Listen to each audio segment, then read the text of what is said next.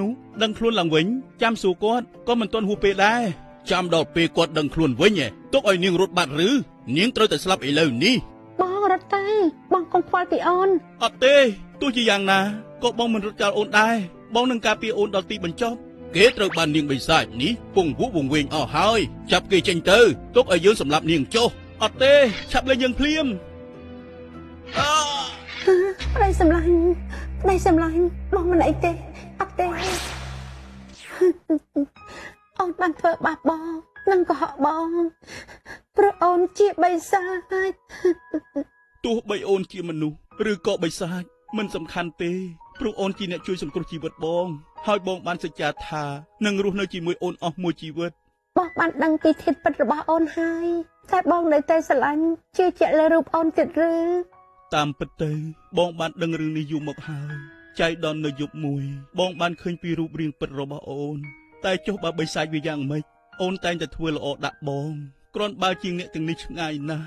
បងពិតជាសោកស្ដាយណាស់ដែលមិនអាចការពារអូនបានចាប់ពីពេលនេះទៅអូនត្រូវថែរក្សាខ្លួនណាបងលាអូនហើយប្តីសម្លាញ់អូនបានសម្លាប់បងមិនបានទេ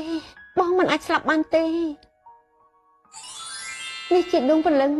ដែលអូនខំតាំងមិនអាចស្លាប់បានទេនេះជាដួងព្រលឹង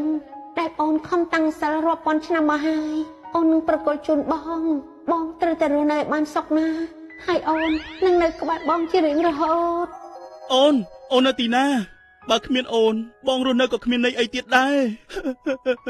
ឲ្យពួកខ្ញុំសុំទោសផងពួកខ្ញុំបានយល់ច្រឡំលើរូបនាងហើយពួកយើងទើបតែដឹងរឿងពិតក្រោយដូនចាស់នេះគាត់បានដឹងខ្លួនហើយរៀបរាប់ការពិតប្រាប់ពួកយើងបើទោះបីនាងជាបិសាចក្តីតែនាងមានចិត្តធម៌មេត្តាណាស់យឺតពេលហើយព្រោះតែការសម្រេចចិត្តរបស់អ្នកទាំងអស់គ្នានាងបានចាក់ចេញទៅហើយអូនសម្លាញ់ល្អឬអាក្រក់គ្រប់យ៉ាងមិនស្ថិតលើរូបរាងពណ៌សម្បុរខាងក្រៅនោះទេ